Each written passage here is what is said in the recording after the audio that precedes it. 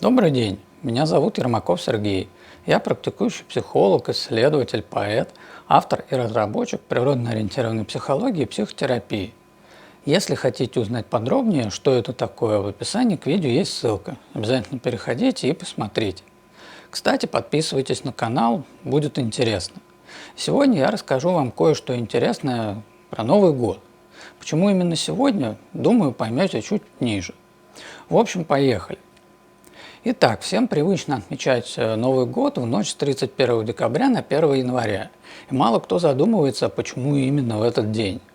А вот на мой взгляд, задумываться о сути, тем более о сути праздников, необходимо. Может быть, кого-то удивит, но ночь с 31 декабря на 1 января не имеет никакого отношения к началу Нового года и выбрана людьми абсолютно случайно. На самом же деле история куда интереснее. Вот давайте в ней как раз разбираться. Было время, когда год в восприятии людей делился на две половины – зиму и лето. И связано это деление было с циклом урожая. Зима начиналась с момента сбора урожая, а лето, соответственно, начиналось с посевом урожая нового. И в целом зима длилась с октября по март, а лето с апреля по сентябрь. Ну, это в понятной нам терминологии, ведь в те времена таких названий месяцев вообще не было. Причем тут, собственно, Новый год?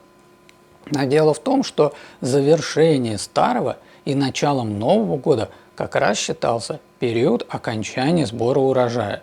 Это был именно период, а не какой-то один день. И длился такой период с середины сентября по начало ноября. Опять же, по привычным нам названиям. А затем знания людей о мире начали усложняться при помощи астрологии, астрономии.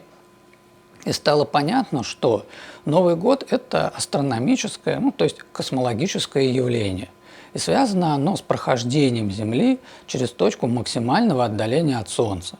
И в мгновение, когда эта точка пройдена, начинается путь сближения Земли и Солнца. То есть, собственно говоря, начинается Новый год. Эта точка проходится в разное время, но в пределах с 20 по 23 декабря. И конкретно в этот раз новый 2023 год наступит 21 декабря в 0:48 по московскому времени. Этот день еще называют зимнее солнцестояние. Это самый короткий световой день в году. И именно этот день знаменует собой начало прибавления светового дня. Но это и есть начало Нового года.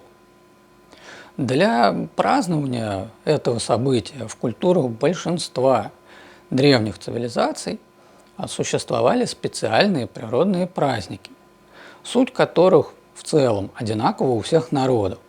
У древних скандинавов этот праздник назывался Йоль, у древних славян – Калаврат, что означает «вращение солнца».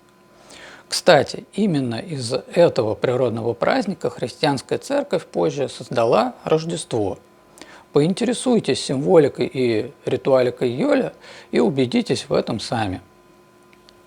В качестве вывода скажу, что здоровье, которого все всем желают на Новый год, начинается со знаний о себе и о мире.